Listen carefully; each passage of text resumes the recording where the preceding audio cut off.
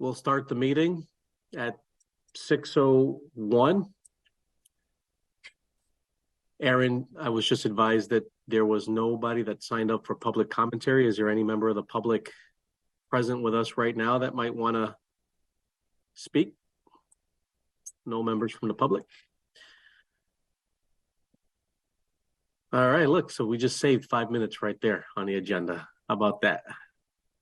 Next item on our agenda, Margaret's going to go over or review the schedule, the schematic design schedule. Is Margaret with us?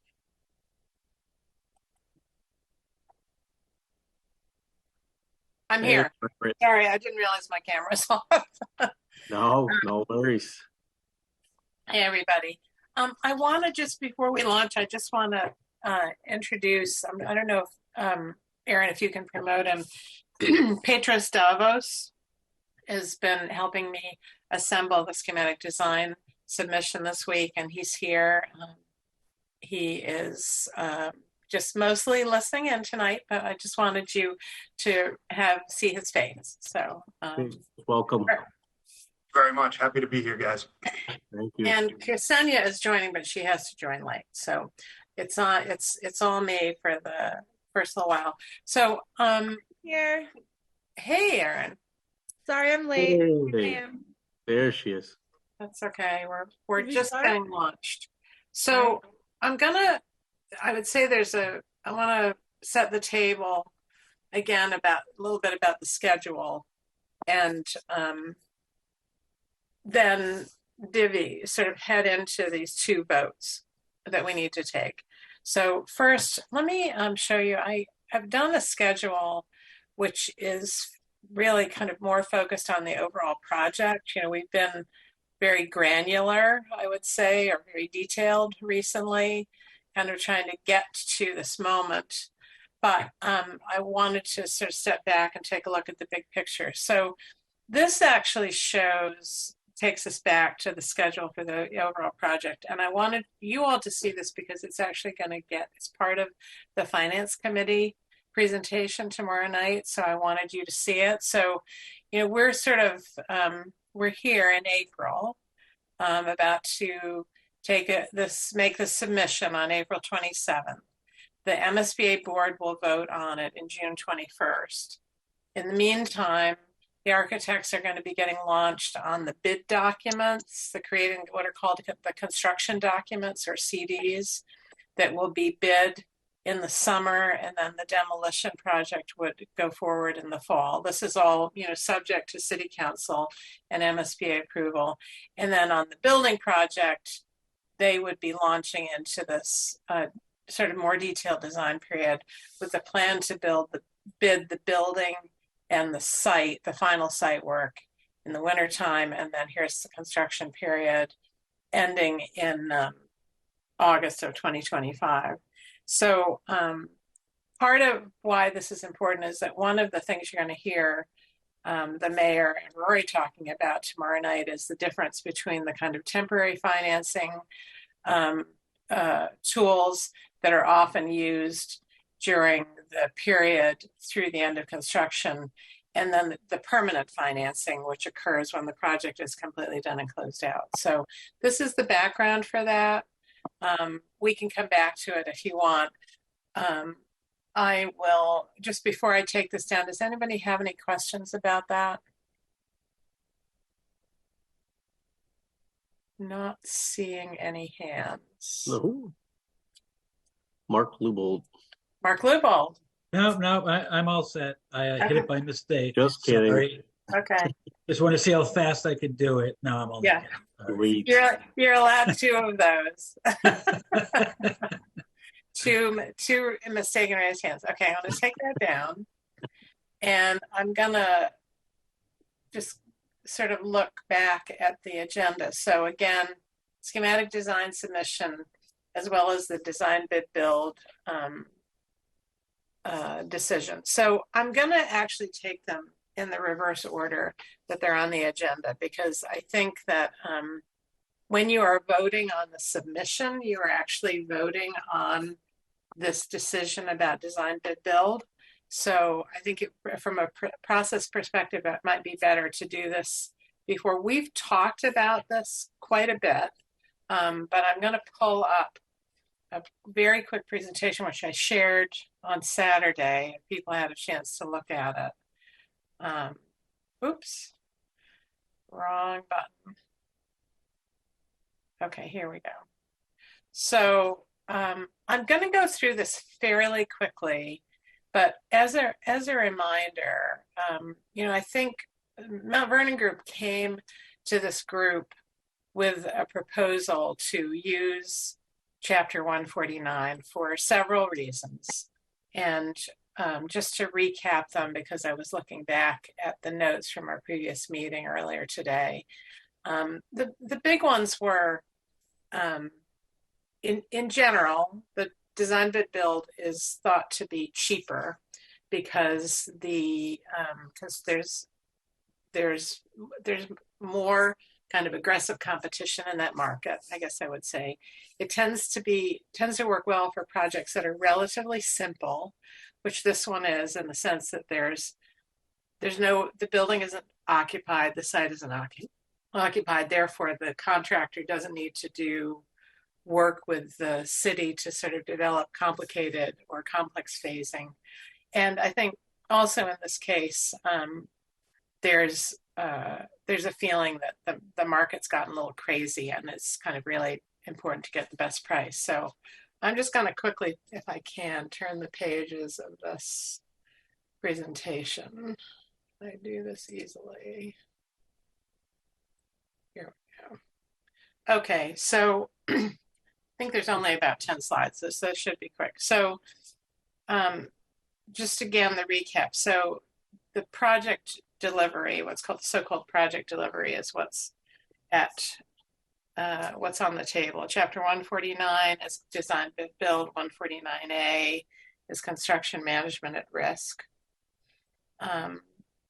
This is a kind of a helpful, for me, it's always been a kind of helpful diagram, understanding what part of these different parts of the project. So in a nutshell, there are kind of three big buckets within the construction number. There's what are called filed subbids, which in Massachusetts all get bid separately and competitively. And then what are called trade bids, which are basically bid directly to a general contractor. And then there's the general contractor's cost. So this is a diagram from one of our typical projects that explains like how much of the construction cost goes to each of those buckets. So you can see the filed subbids are the biggest number. The general contractor's cost is actually the smallest piece. But essentially what they're doing when they are signing a contract, they're signing a contract that wraps in the results of all of these. So that's kind of, when you're going to start to hear these terms more often, filed subbid and trade contractor. I encourage you to sort of think back to the slide to see what this is. Design bid build is you are purchasing a building in accordance with plans and specifications. And construction management at risk, you are hiring a professional service firm that provides input during the design and then constructs the building. So in this case, partly because the project has been so fast, there really was not time to go through the two-phase construction selection process for the construction manager. So that was another reason I think that where we have started this project really has sort of been the right place to land. This is a little bit more about how this process works, which is it's the traditional, the older process. The builder is called a general contractor. The design gets finished and then it gets bid. Filed subbids are first, then the trade contractors bid directly to the GC and he or she wraps in that cost. The selection is bid or price based, and the contract value is what's called a lump sum contract. It's also closed book, so if we will never see what is behind that number. But if it's a good number, then that's okay. So if you were to look at a construction manager process, it's different. It's more transparent. It is both qualifications and cost based.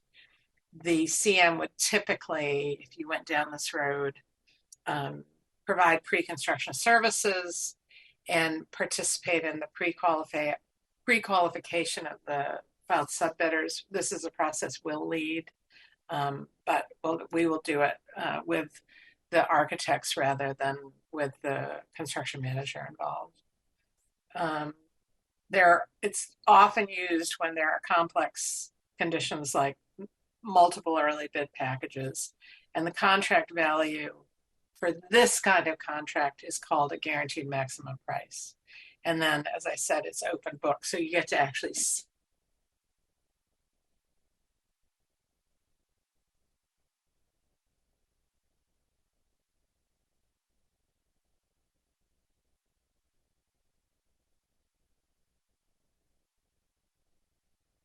Hey, Margaret, I was, did you mute yourself? I was just going to ask if I was the only one that couldn't hear her. We lost the audio, Margaret. Margaret, we have one phone-in listener who's 045. Is that you? No, okay. I am the other interpreter. Margaret, if it's not a mute problem, your output probably, for whatever reason, changed. So you'd go into your settings and just select a different.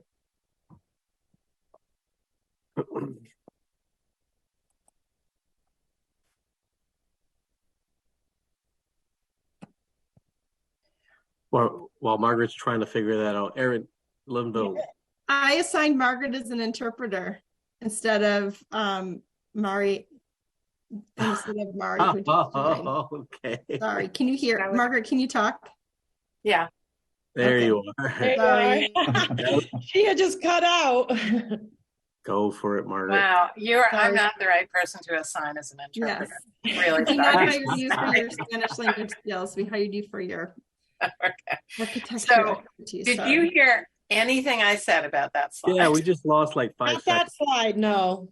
Okay, all right. So this slide, we have talked about these different issues, but just to recap the things that go into this: complexity, budget, construction quality, schedule, risk, owner's expertise. Margaret, All of that. you want to do the screen share? Oh, golly. Back to that again. Thanks.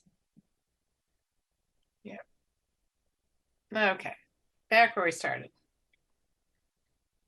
Complexity, budget, construction quality, schedule, risk, owner's expertise, and the owner's level of effort.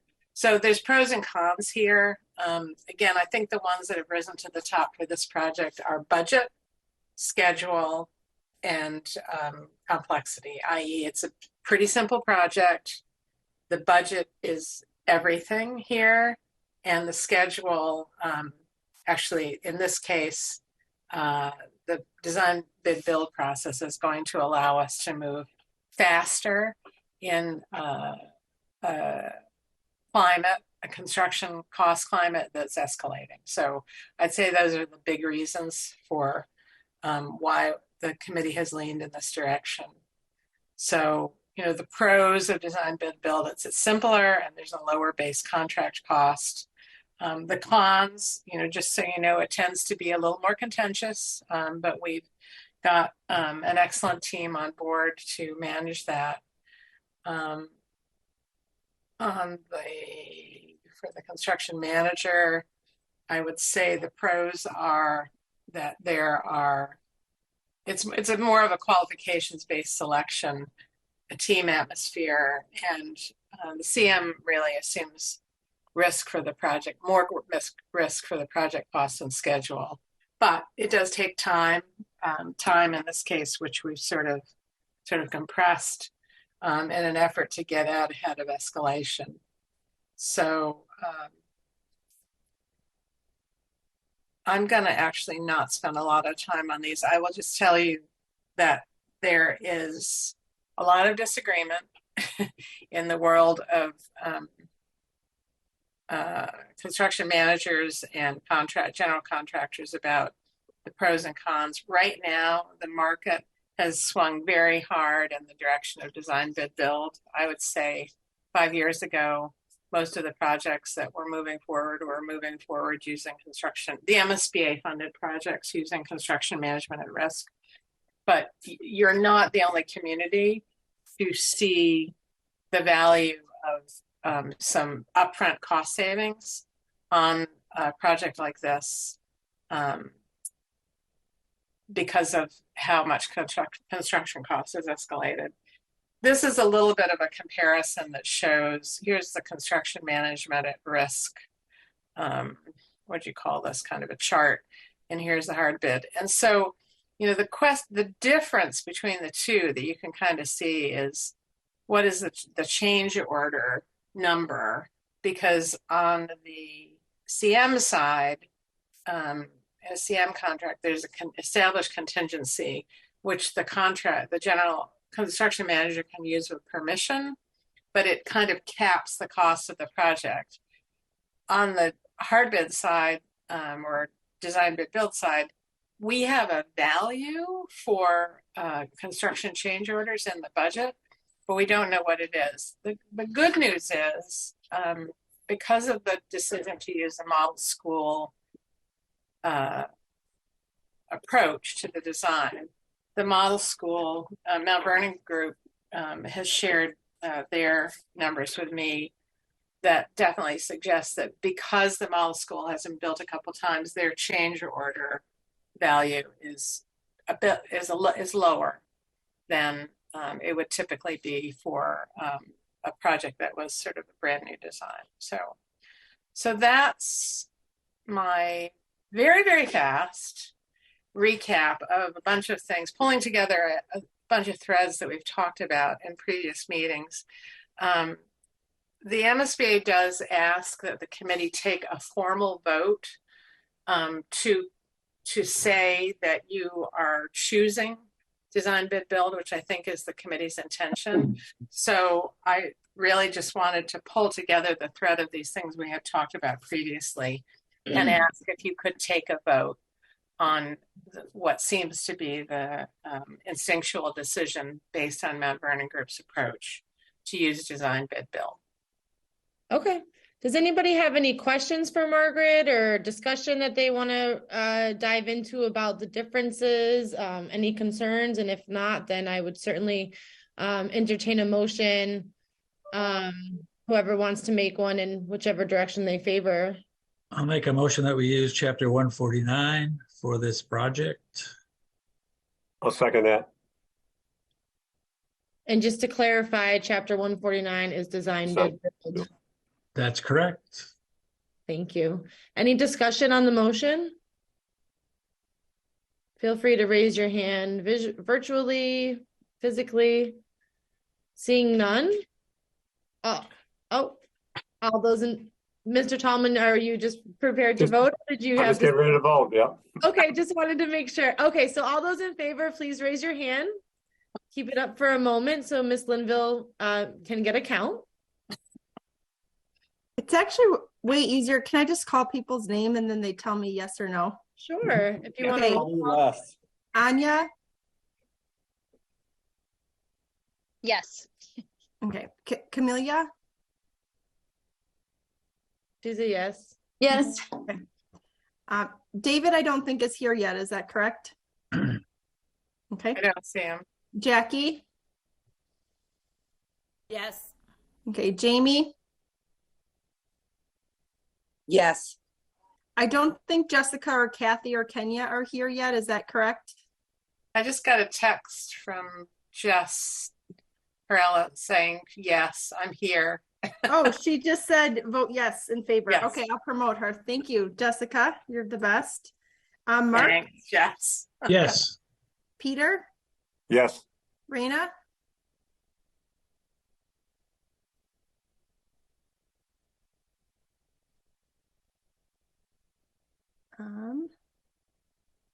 Oh, Raina, if you want to go back on screen and give me a thumbs up or something, then Yes, sorry, I couldn't Okay. find my real button. perfect. I hear you though. Okay, Yeah. great. Whitney, Yes. Anthony,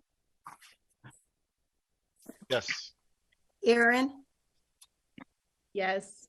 Josh. Yep. Thank you. All right, wonderful. Yeah. The motion passes unanimously out of those present. Exactly. And we're only at milestone 622. So let's talk about the main event. So Thursday, the 27th is the deadline for the submission of the schematic design. I am here with Mount Vernon Group to ask you to consider voting to authorize us to make the submission. So what we're going to do next is we're going to recap the submission a little bit. So I am going to quickly pull up the table of contents, which was in the folder that was shared with you. And then I'm going to turn it over to Mount Vernon Group to kind of go through the big folders of stuff.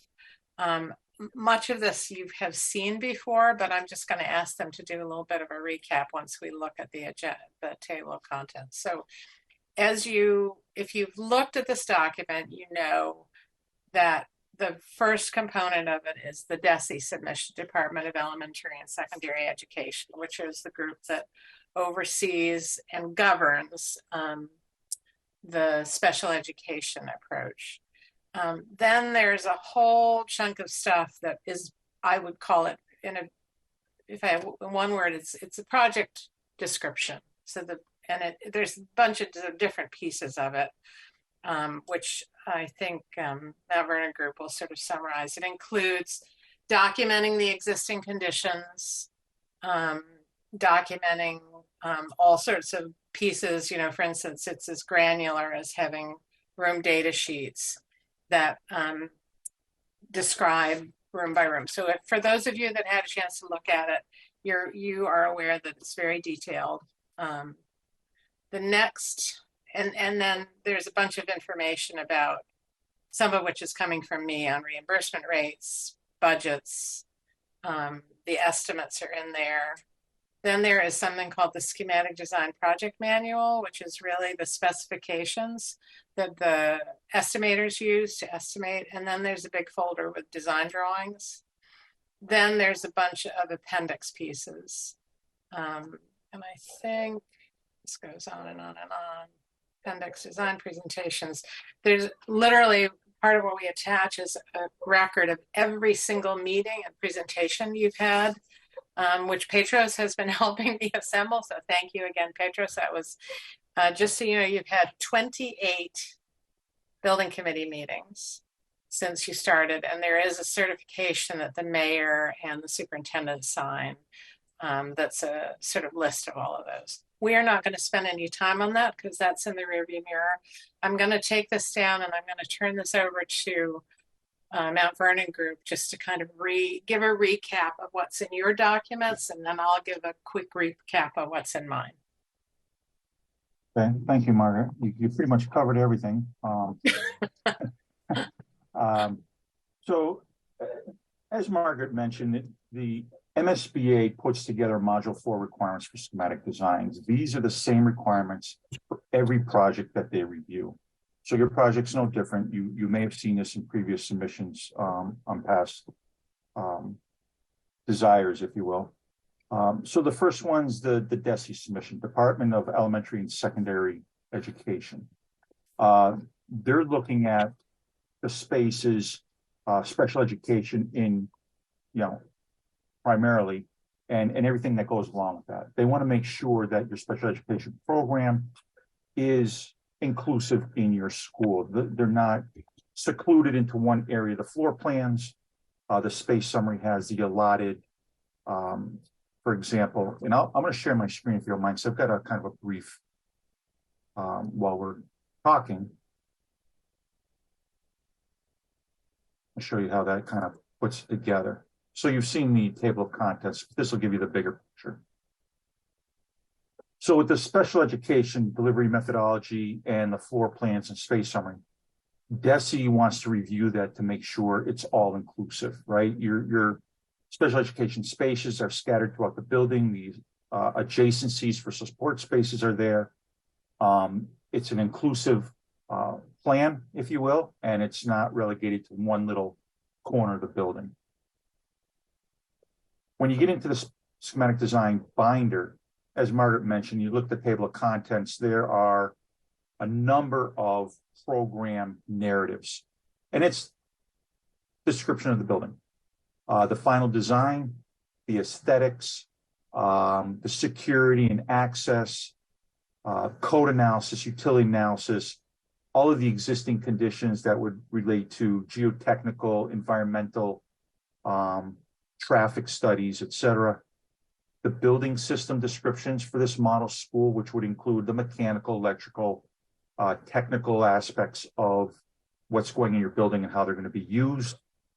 Construction methodology, which you've voted on tonight as to how we're going to proceed with the design build format.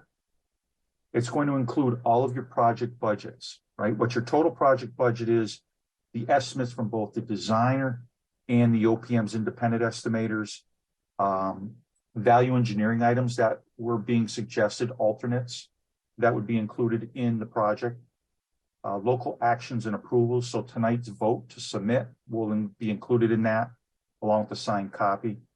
Some of the other things that you're going to find in this would be functional relationships of the plan itself, the various spaces.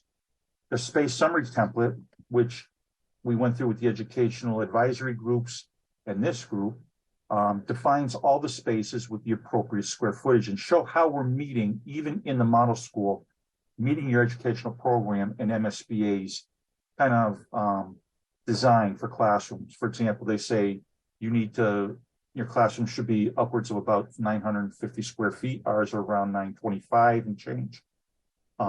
So they're looking at that comparison, make sure everything's been included.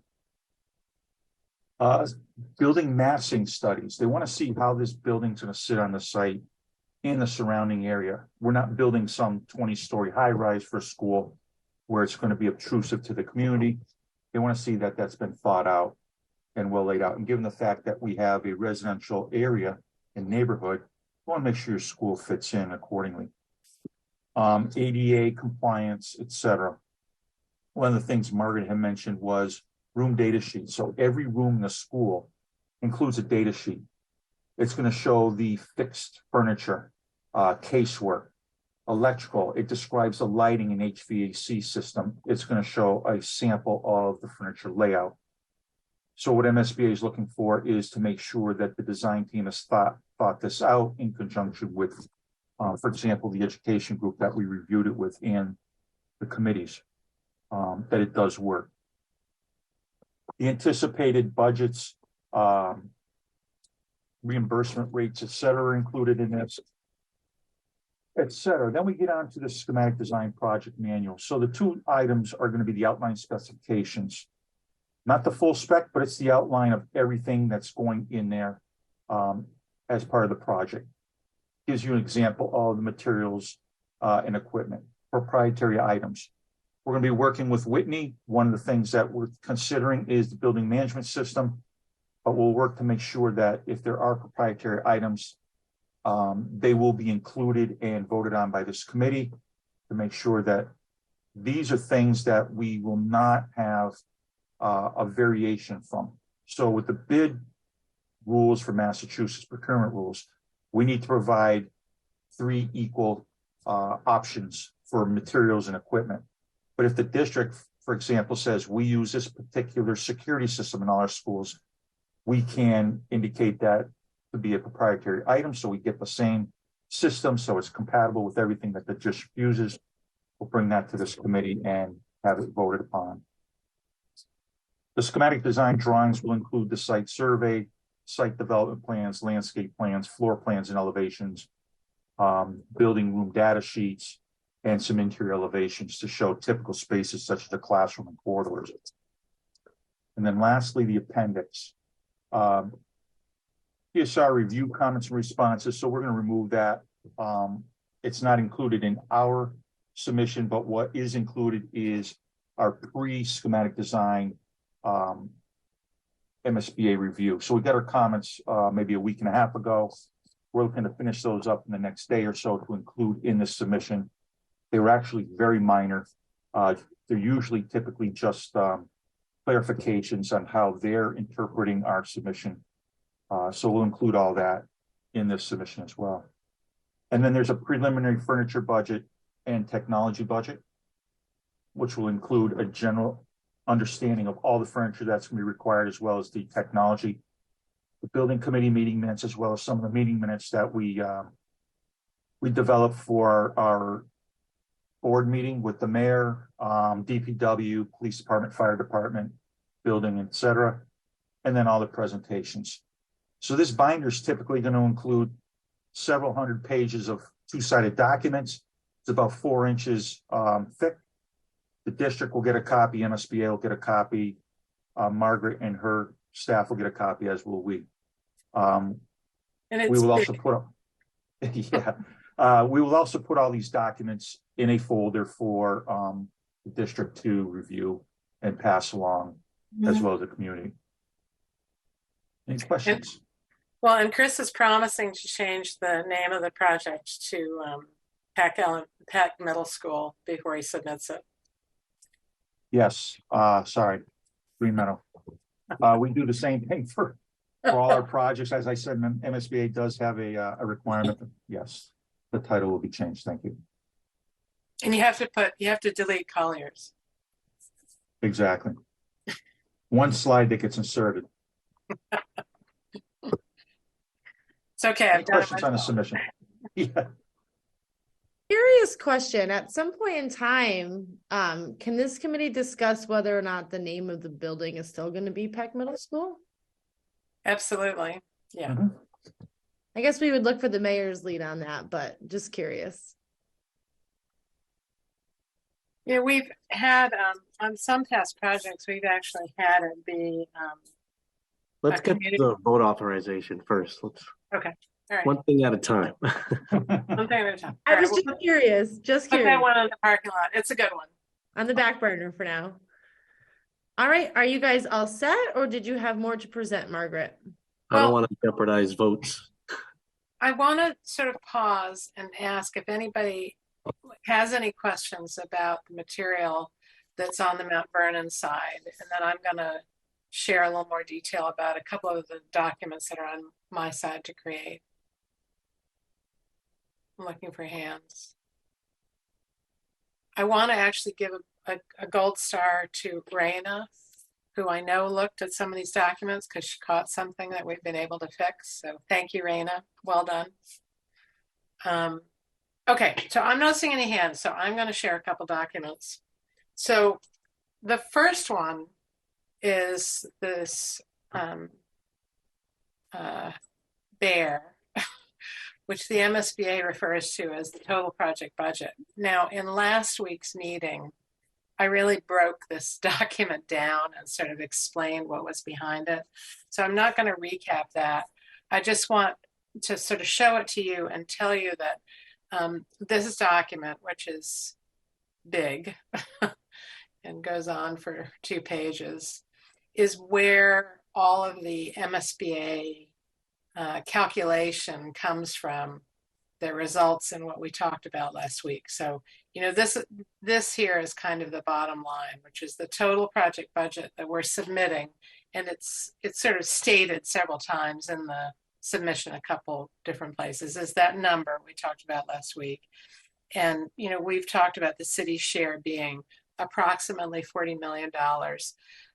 One thing that's really important to be aware of is that the MSBA is calling this the maximum total facilities grant. Okay, so it's not a guarantee of reimbursement. And throughout the process, as we're going through submitting requisitions to them, they are going to sort of ask questions and, you know, pick nits about some things that are particular to their reimbursement process. But this document is really the number that rolls up all of that presentation from last week. And what will happen in terms of next steps after we submit it is that the MSBA will look kind of very quickly at the space template and also at this document. And you can see here, there's a column. So this column, this estimated budget column is my numbers. And then they're going to go through and look to see, they already have, certain things are already excluded from reimbursement because of various caps that they have on different items. But they're going to go through and look and tell us whether there's anything else that they will exclude. As Chris said, right now, there's only a couple hundred square feet that we think we're going to have to sort of make a strong argument for.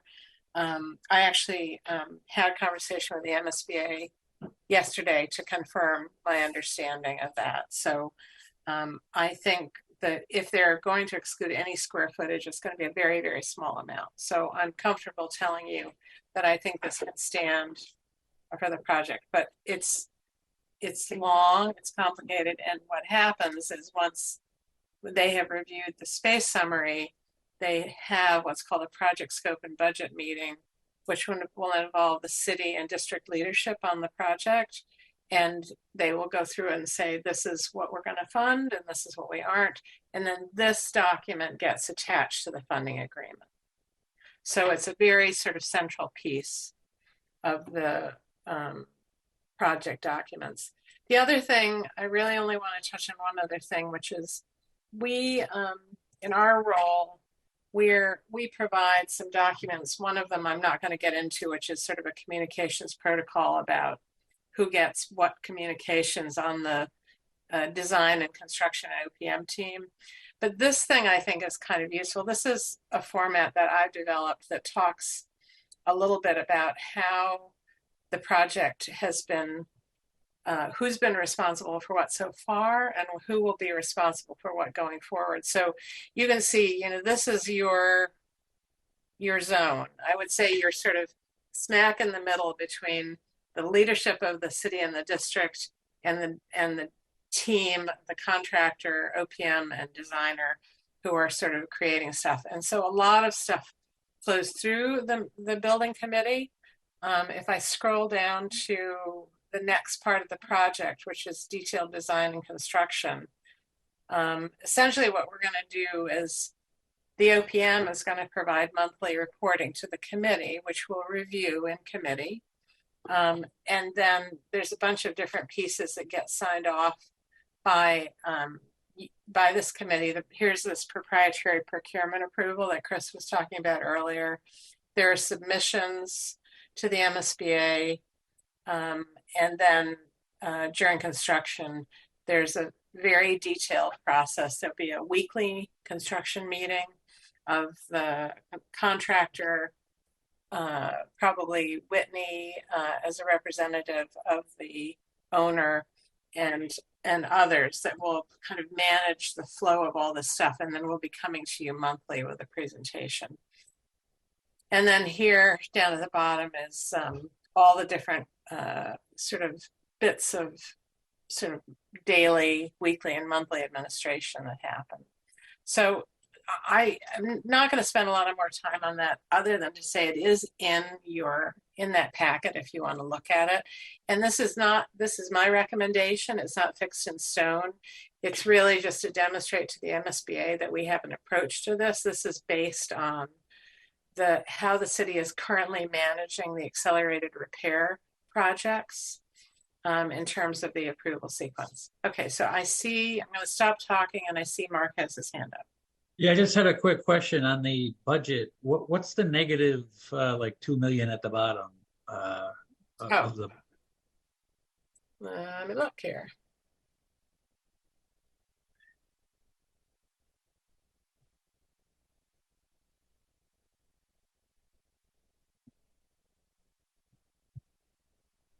So there's a bunch of different negatives. Are you talking about this one that's in red? Yes. No, it's not negative. It's just it was in red text. Okay. And I haven't taken it off yet, but it was in red text. It's actually a calculation. I might have mentioned this last week, but typically, just to recap. So typically for a new construction project, we would recommend a 5% construction contingency. So 5% of the construction costs. Here, after consultation with Mount Vernon Group, I'm really comfortable recommending 3%. And again, it ties back to the model school. So this Okay. number Yeah, I just wasn't sure. I saw negative signs and then I saw the red Yeah. and I'm like, okay. Yeah, I mean, the big negative sign, since you're bringing it up, is here. So if the spreadsheet up above, sort of comes down to this number, right? And then they take the design enrollment and the building square footage. They do some calculations off on the side of the spreadsheet. And then they look back up at this column and they add up all the things that they're excluding. And this is where I tell people, like, this eligibility, that what the MSBA's rules say is that anything that is that they will reimburse on anything up to 80% that's eligible. But eligibility starts to have these exclusions. So you can see here, they're excluding some of the OPM fee. Here, they're excluding a big chunk of the architect's fee because for the model school, they cap what they will reimburse at a lower number. I'm sure Mount Vernon Group would love to have a sidebar with you about why that makes some sense, but not that much sense. Then there's a bunch of things here. They are excluding a small amount of well, you have, this is how detailed it gets.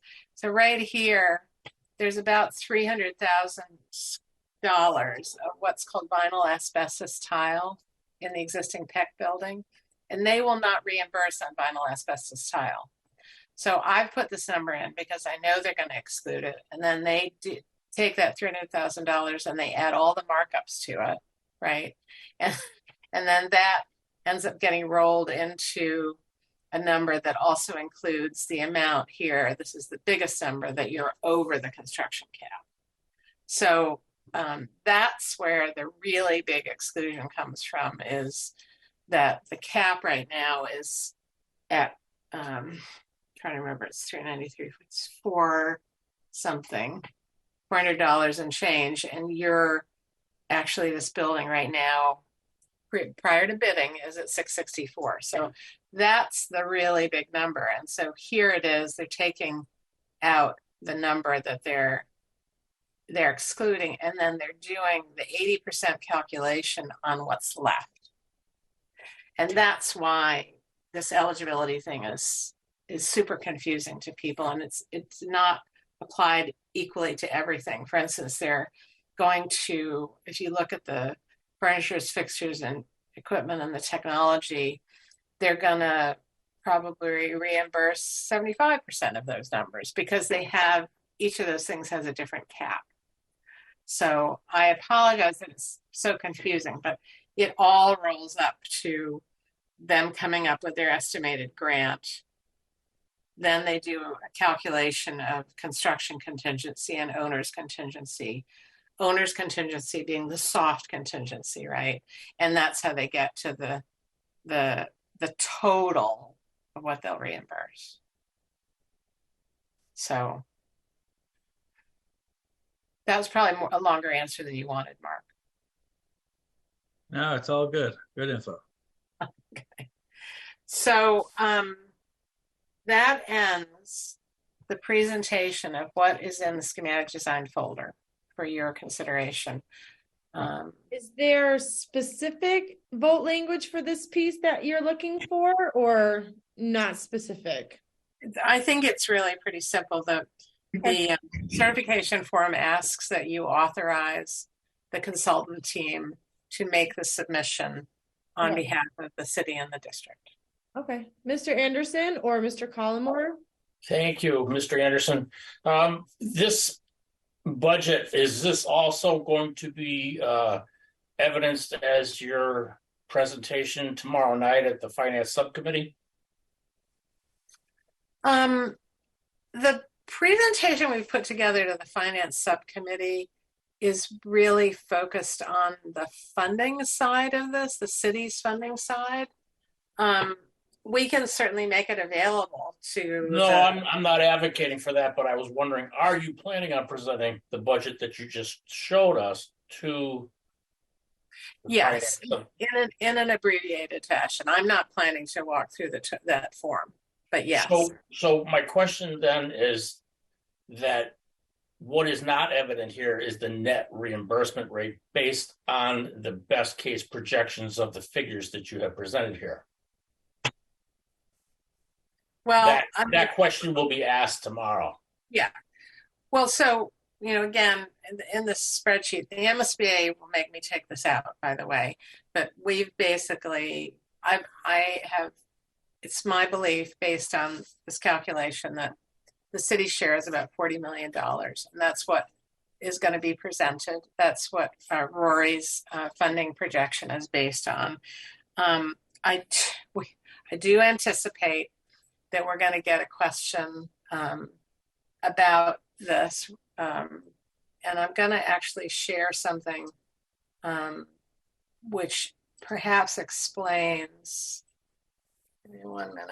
Well, so instead of doing a calculation at the committee meeting, it would be nice to have an agreed upon number of what we believe that $40 million represents. I think we've been kind of trying to avoid putting that in a number, and because we've been trying to focus on what we're getting instead of what because they're going to see it as that is what you're getting.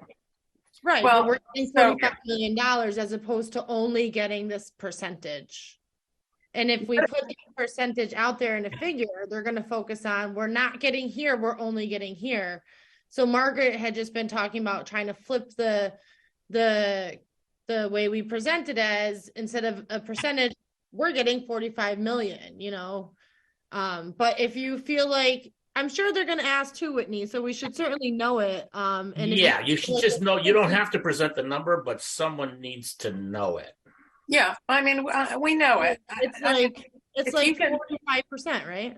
Yeah, well, if you can see this again, I really want to stop talking about the percentage, and this is why.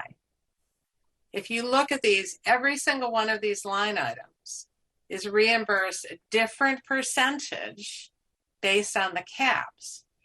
And it's because of this definition of eligibility. So you have to see, on every item, you have to start with what the MSBA calls eligible, and then you have to apply it. It's not the same number. It doesn't come out to anywhere close to 80% because it's you start with the definition of eligible. No, I get that. But I also get that those columns F and D come down to a total cost.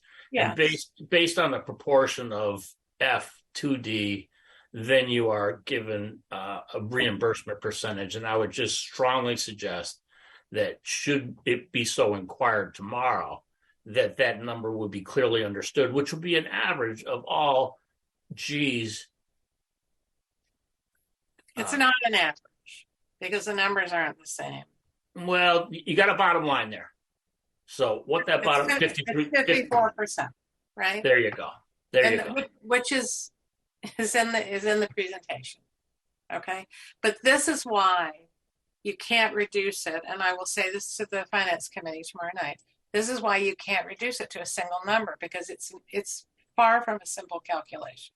Yeah. Thank you. Can I just add to that? I was just going to say, Mr. Lubel?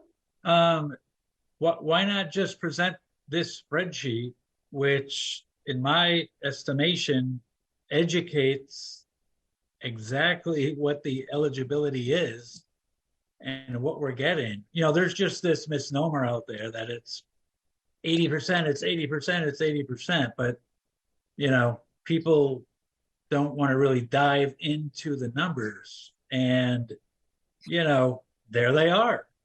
There's what MSBA defines as eligible. There's where our estimate is, and there's the difference. And to me, I think this spreadsheet is the best thing I've seen since 2013 when we started talking about this project. Yeah, it took me a while to do it. Well, I appreciate that you did it. I think this is really good. Well, I and yeah, and I mean, this has come out of conversations. We know that this is the key question.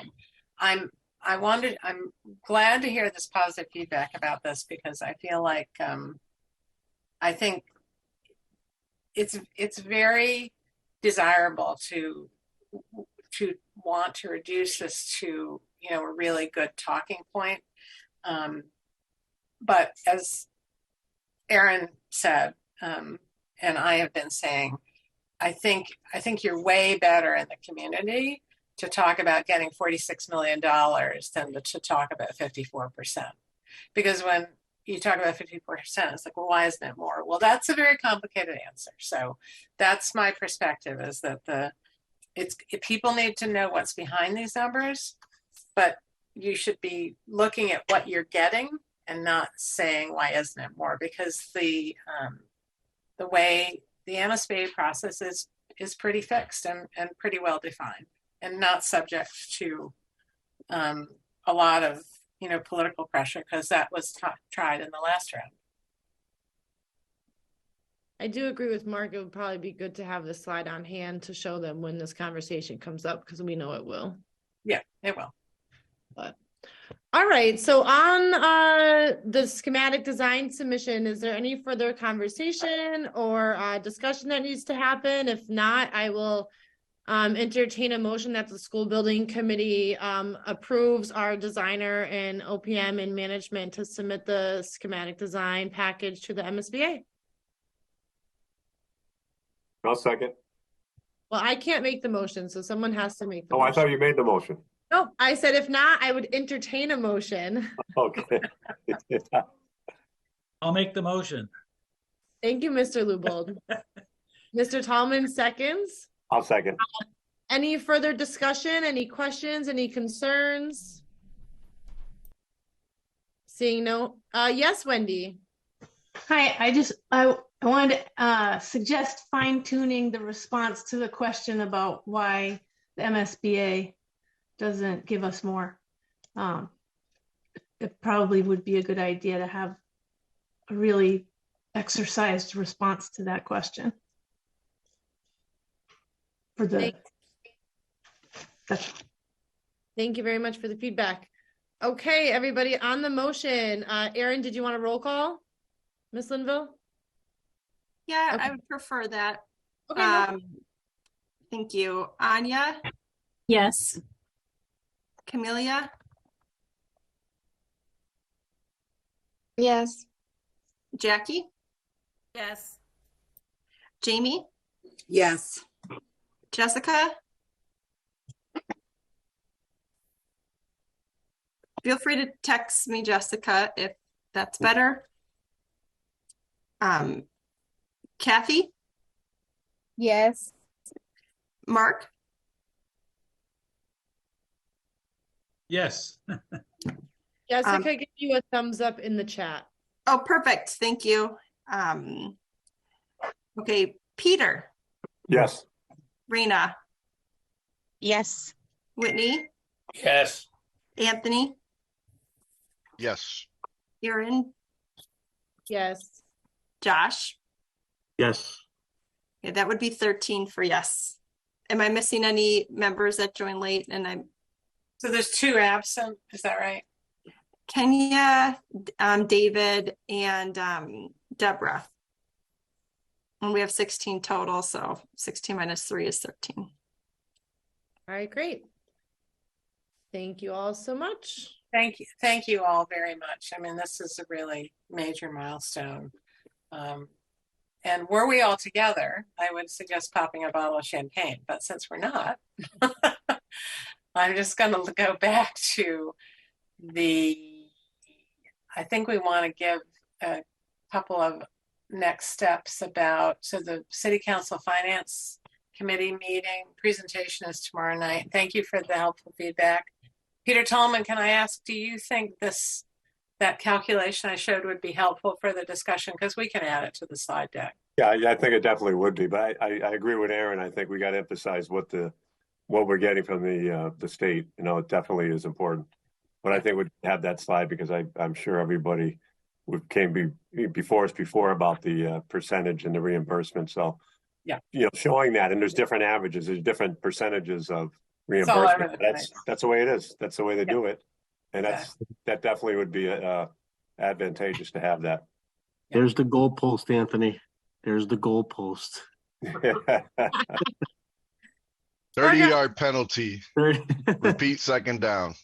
Margaret, I'm assuming we have in there a mention of, I know I've seen it, but a mention of the fact that the reimbursement rate had increased recently. Yes, that is in Aaron, that we have that on one of the slides about the good news, right? Yes. Yeah. Okay, I thought so. I just wanted to confirm. Mr. Anderson? Yeah, I was also going to comment the same thing, Aaron, is that have you quantified that from the difference from the 333 to the 432? What the increase that the community has received is? That would be huge. Everybody would appreciate knowing that it was $1 million or whatever it happened to be. I think it's close to 5, isn't it, Margaret? It's a couple $1 million, yeah. That's a big number in my opinion. And Yeah, it would be nice. have It would that be nice to number. see that front and center. Well, I mean, yeah. I mean, the problem is that if you compare the dollar value of what the city is getting, it's lower now for one school because of the cost escalation. So it's that one's a bit of a double-edged sword. Right. think But the it's- good news, it was offset. Pardon me, Anthony. Old cap versus new cap is what Whitney's referring to. Like if it was the old construction cap versus the new construction cap, Yep. what does that dollar amount represent? I can calculate that. It looks like Erin's got her hand up. I just wanted to say we had moved the good news slide to the appendix, so it's there, but it wasn't really fitting with the flow of the presentation as much. So we had not assigned it to anyone to present tomorrow night. I think we should leave it in the appendix and it's there, or someone can talk to it. Yeah. Okay. Okay. Are we on to reviewing next steps and minutes from last meeting, or were we still on no, we're I think moving on? Yes. Well, Correct? I think the one thing that I realized I did not suggest to Erin for the committee, for the agenda, is we should pick a date for a next meeting. And just going back to Whitney, do you still have your hand up? I just put it back up again. It was just in relation to any other comments, perhaps. Maybe Mr. Tallman, if he would care to, if he's still here. I'm looking at is Peter. He's here. Yeah, if Peter would care to comment in regards to what his feelings are with his other committee members on the finance subcommittee for tomorrow, what he envisions the nature of the discussion. Obviously, there are individual comments and inquiries that will come from various members, but what's your pulse on it, Peter? What's your feeling so far that you can sense from your colleagues?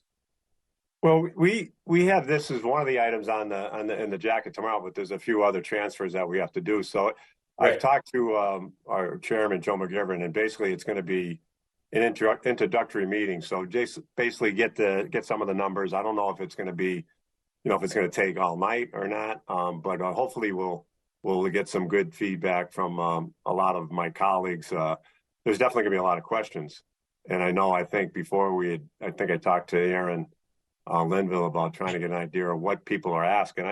There's definitely going to be some financial questions, and I think the mayor's going to come forward with how can we afford this. That's basically it, and to try to get moving on that. And I believe Joe put a couple more meetings in May, extra finance committee meetings almost every week, so that'll be helpful. But I think the initial meeting will be really a good discussion on how everybody feels about it so far. But there's going to be some tough financial questions, I'm sure. Thank you, Peter. Yeah. Ms. Linville? I'm wondering if the committee would want to quickly see the presentation. I'm happy to pull it up and do the fast run through if the committee wants.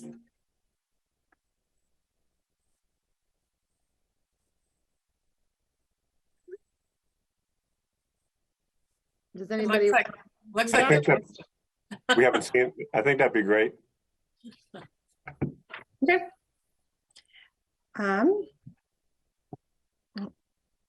Okay, yep. I just want to make sure I have the right page.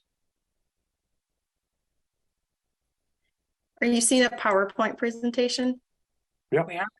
Okay, that's a good start.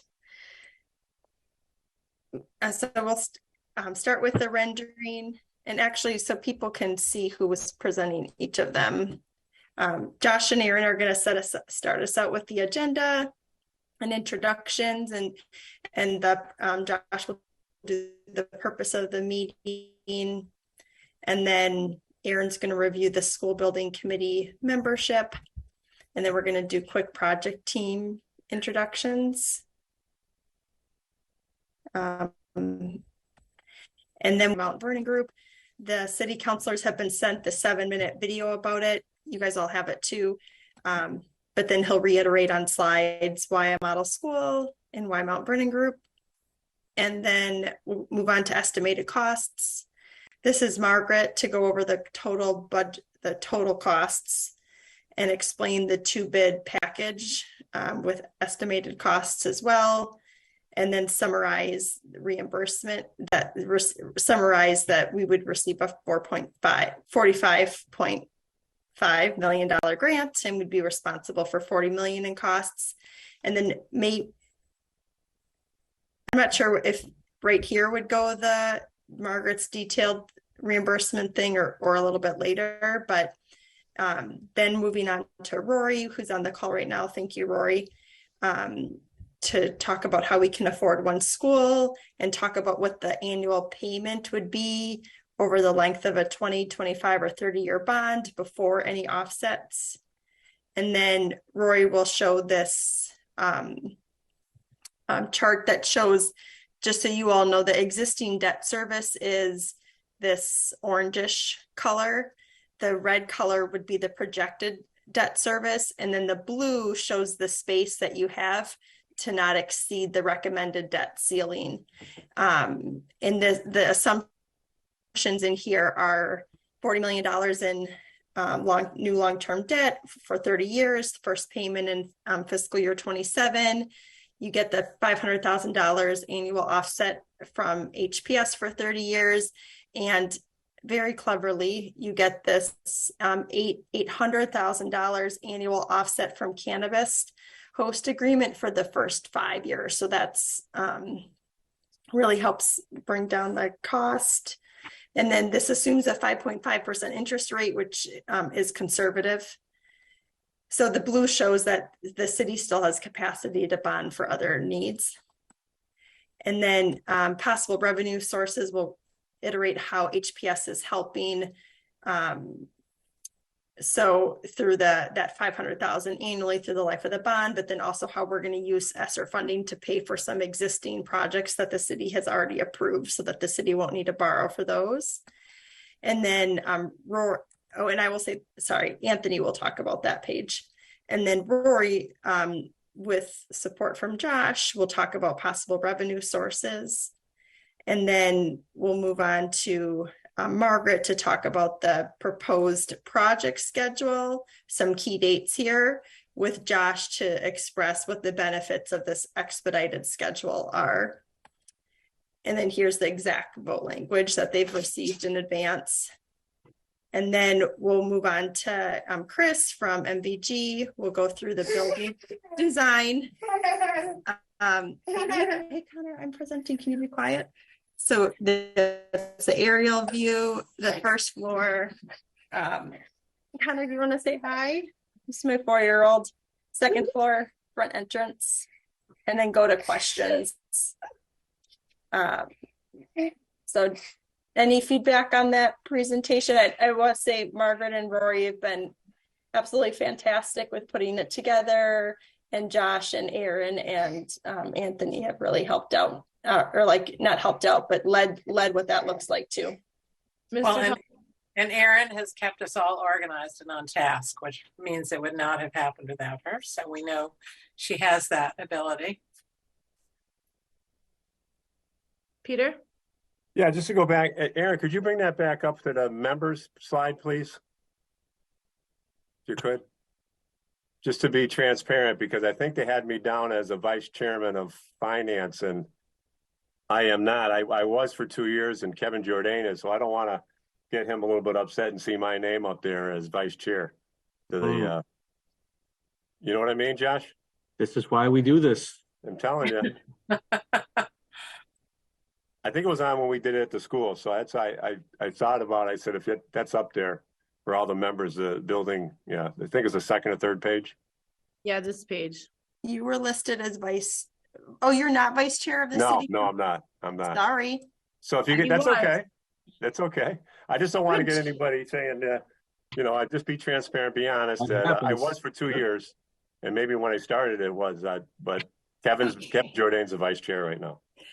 Well, Counselor. very good catch, and I will fix it in Okay. other versions. Thank you. Okay, thank you.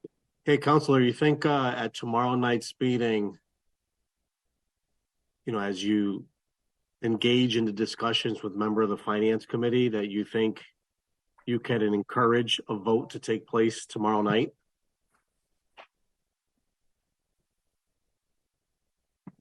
Where'd he go? I think he accidentally hung up on us because he's still on. I don't think he liked Josh's recommendation. No. Get out of here fast. Yes. Josh, do you want to mention now, like, your plan for State of the Union and hoping City Council, and then if Peter comes back on, we can go over it again? Say it. Yeah, because that's what I was He's about back. to follow up with. Let me promote him.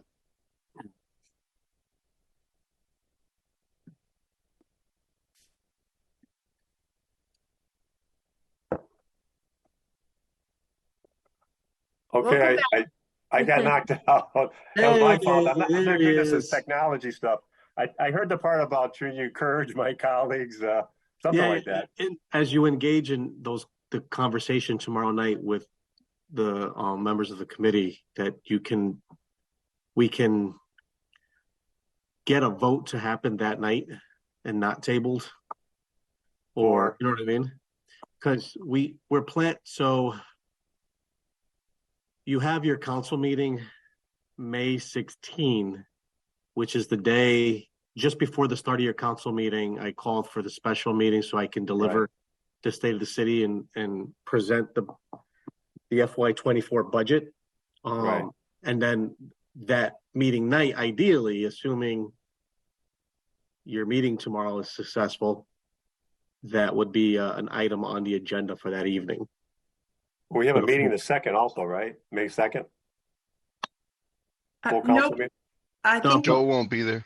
yeah, Oh, I think it's May 10th because of the wedding. Oh, right, but I mean the second for our full council meeting, we have a meeting on the 2nd. Yeah, but I think we're aiming. For the 16th. Oh, I see. So you think we can get it on the agenda for the Oh, second? no, but I'm just trying to find out what you're talking about a vote, because I know Joe wants to have about 2 or 3 meetings on this big financial cost for the city. So I don't think anything's going to come out tomorrow as far as voting this up or down right now. I mean, I think it's a little bit too soon. So That's just my thought. Just you're aware, Peter, we're going to have all the information available to you tomorrow. Cinder's going to be on the call. Rory's going to be on the call. To table it so you can think about it. I don't think, I mean, just personal opinion. Oh yeah, I understand. I think there's like, I can look it up on my phone. I don't plan on not having any additional information we need to look into. Like, this is it. We're giving all our best, and all right, I agree. Every angle. So I don't know what would cause 2 or 3 more meetings. I don't mean 2 or 3. I maybe 1 more meeting, because I think this is the beginning of it. And I know everybody's got a lot of information already, and I've been giving updates, and we got the video, but I don't think, I mean, I'm just speaking, I would love to vote on this sooner the better, but I'm just thinking of my colleagues on the council, at least 2 of them, and maybe 1 other, that are going to want to have a deep discussion into this. Okay. You know, that's just my thoughts because there's a couple on there that are really into the finances of the schools and the city. So you're right. We got plenty of time until the 16th. I just want to make sure as far as timeline's concerned, it'll be great. Oh, absolutely. If we can get a recommendation made to the full council by your meeting on the 16th. Right. Right. Because after the 16th, you're going to be busy meeting with departments, going over the proposed budget. And, yeah. All right. No, I think originally we talked about possibly doing it the 6th or the 20th of June. So, I mean, it depends on how things go forward, but between everybody on the committee, I've had some discussions with a couple of my colleagues, and some of them aren't even sure why we should vote that early because they want, I mean, Margaret knows about the bidding process, and when does that happen, Margaret? Is that like in October, November? Or so some counselors are saying, why do we have to vote in June when we don't know the total bid yet? So because you have to authorize design services. Right. To create the bid packages. To create it, okay? Because I'm just saying that's what two of my colleagues asked last week on. I mean, you've only funded the process through tonight. Mm-hmm. So anything that needs to happen after this, in order for everything to occur on this very, very fast schedule, to be funded. Well, somehow I think somehow that discussion's got to come out maybe tomorrow night to let them know that. Yeah, because that would be important to understand. Yeah, I think that's very important because if I have a couple of my colleagues, one that's not on the committee and one that's been there several years saying that, why do we got to vote it in June when I think that point is very important to let them know that. So, well, we will add some slides to explain that because it's explain that. That'd be great. That time, yeah, Margaret. Yeah, if you could, that'd be great. I think. Yep. Yeah. Like the mayor said, we have all the answers if the questions come up. So, if possible, to encourage the vote to happen, to move it along, I guess we'll see the temperature of the room, to see how that is. Like I said, I hope our bond council gives a good discussion. But it's going to be it's going to take a while. I mean, just tomorrow, I think. But it's important that we get as much information to the finance committee as possible, and hopefully we're all, as far as I know, we're all going to be there. But I don't know where it is on the agenda. I don't think it's number one, but we have a few financial transfers that we have to take care of. But I think Councilor McGivern was very good about trying to put 3 or 4 meetings together in May. It's like almost meeting every week, which normally we meet, twice a month. But for him to do that, I think he definitely wants to move forward with this discussion, very important discussion. Mr. Anderson? Yes, just a comment in regards to circling back to the presentation when the mayor was talking about the financial components there. So, Peter, the preeminent reason in which this package is coming forward at this time is specifically for avoidance of escalated costs in the future for the city in the form of escalation. So the drive home date is August of 2025. The project is postponed for a year at the total cost of the project with the anticipated escalation costs. Do we have a figure of what that would be, Margaret, in relationship to if we didn't get the financing and if we had to postpone it for a year? Is it another $5 million? Is it another $7 million? How about postponing for a month? I'm sorry. Yeah. I mean. Oh yeah. Well, every day it's 10 grand. So, but realistically, the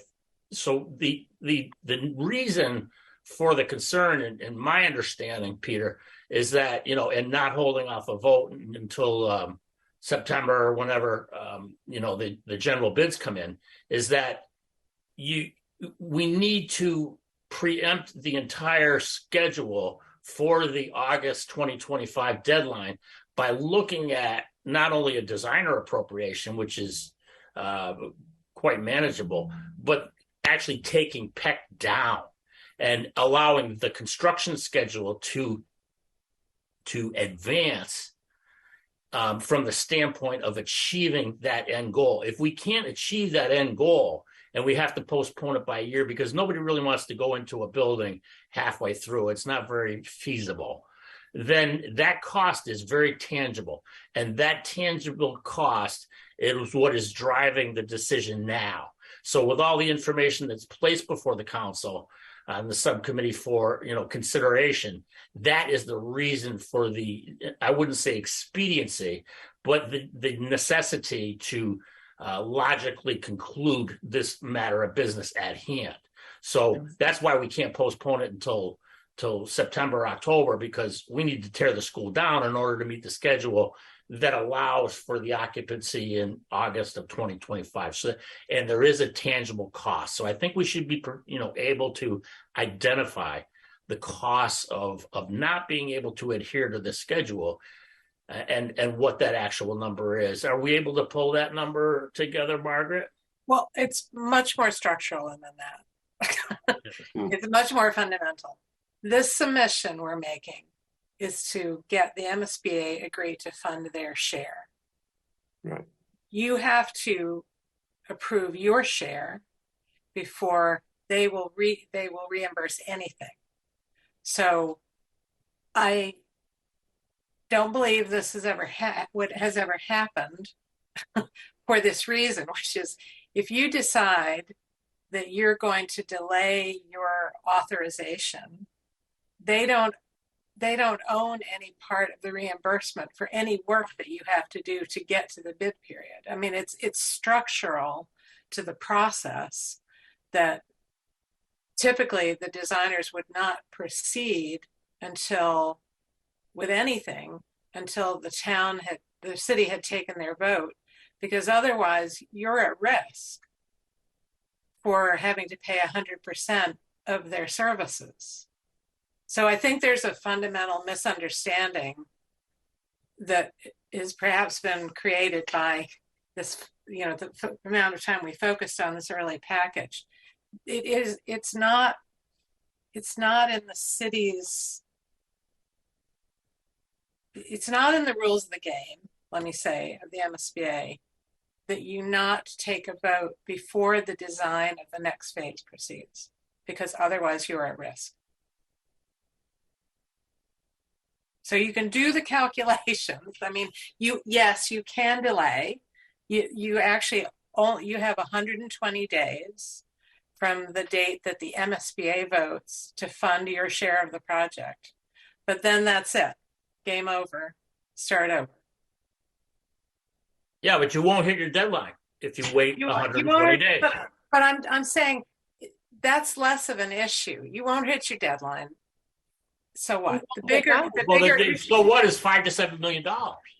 The bigger issue, it's not gonna extend the date by a year. It's gonna extend the date by 3 months. Let's say you ran it out to the 120 days. You have made the delivery of the project 3 months later. So you miss the occupancy for the fall of 2025, but so it's basically it's 3 months of escalation if you run it out to the end. But I would argue that it's not consistent, that the architects will be sitting on their hands not working until you have been able to take your vote. Once you have taken your vote, the MSBA's vote is, I don't want to use the word guaranteed, but it's essentially they're looking to you. That's the key part, is the city's vote. Mr. Tallman, do you think that will answer the counselor's questions as to why we can't vote in October? I'm sure it will, but I'm just saying a couple brought up saying, what's the bid? There's no bid yet, so what is it going to come in at? I think it would. That is the process. That is the process. That's why the estimating of the total project budget is conservatively, because this is what every community does. You unless you want to pay for it 100% yourself, which you can choose to do, you must agree at this point in the process to fund your share of the process. Right. Mr. Lubold. Yeah, I just wanted to add, there is no going forward if there isn't a vote. It's just plain and simple. There's no waiting to the bids. This is the process. There's no 80%. This is the process and what has been laid out for how many years? Okay, so if you believe we need a school, if you believe we can afford it with what our financial team is going to lay out, then I don't know what reason there could be to keep delaying, except for you just don't want a school. Okay, so the other night I heard, a city councilor talking about the people should vote on it. Well, you know what? That same councilor voted against it going out for the people to vote on it the last time. And quite frankly, I'm pretty sure we could probably name 3 or 4 no votes that are going to come out of the council. And, I'm frankly just getting kind of, frustrated and fed up with the political, nonsense that goes on. And if you're for the project and we can afford it, because that's what we've been saying for 100 years, then let's move forward so the teams can all work to meet those goals and get this project in on time and under budget. That's how I feel, and I'm looking forward to tomorrow night. All right. You're here. Good point. All good points, but I think we're all just assuming what we think might happen tomorrow, because at least conversations I've been having with folks, it's been positive. I think, we're all just remembering the past and are assuming what we think might, coulda, woulda, should, might happen. So let's just be positive. We're going to go into this meeting tomorrow. We'll answer all the questions. And for the most part, I think we might be very surprised. At the school board last night, I told school committee members that I'm optimistic that this will be unanimously supported. But I don't want to assume what counselors are thinking or feeling until we actually see it happen. The other piece too, that's it. That's a good outlook. Yeah, we're prepared. That's all we can be, right? Yeah. Prepared and optimistic. So, all right. Any other discussion? Otherwise, we'll move on to the next agenda item. Margaret, did you have anything else? Well, I just wanted to ask, this is really nice icon, nice icon, Jess. I wanted to ask Chris LeBlanc, it seems to me that we should have a date for a next school committee meeting. And Erin, perhaps you've already put one in everybody's calendar. Looks like there's one scheduled for May. So school building committee, not building committee. Sorry. I was like, we had one last night. We had a presentation from us. I was following the calendar invites follow the first and third Thursdays of the month. So we had Thursday, May 4th and Thursday, May 18th scheduled. Yeah. So I think Chris, you and I should get together outside of this meeting and lay out, assuming that the project is supported locally, lay out the agendas for those future meetings. So we will work on that.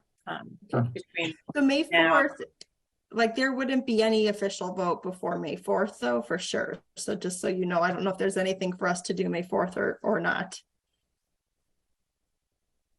So let us know if we should. Yeah, we'll let you know. Okay, but then May 2nd, we do have the Good Now school tour at 4 o'clock. I'll be driving a van if there's a lot of interest, a car if there's a little bit of interest, in terms of carpooling to Marlboro to visit that school. So let me know. A question in regard to that tour. Should we mention that tomorrow night in case any counselors want to come on that tour? They're definitely invited and have been invited via memo before, so feel free to invite them again. Okay, I was having some side discussions, encouraging the counselors I know to make sure they come tomorrow, and if they have questions or concerns, blah, blah, blah, blah. And one of them was like, oh, I feel like we're getting the Walmart. I'm like, no, like, I promise you we're not. Like, I understand you liked the original design, so did I, trust me. So I was like, please come on the tour if that's how you feel, because you'll see, the design, the structure might be from 2005, but what we're going to fill it with and the technology is not going to be based on 2005. So I just want to make sure that it was clear to encourage them to come. Okay. All right, great. So moving along, reviewing next steps from the last meeting and other notes, we need a motion to approve our minutes from 4/13. Motion to approve. I'll second that. Thank you, Mr. Tallman. Aaron, do you want roll call or hands for this? Hands is fine. All right, if everybody can, if there's any discussion on the minutes, please. If not, then please raise your hand if you're in favor.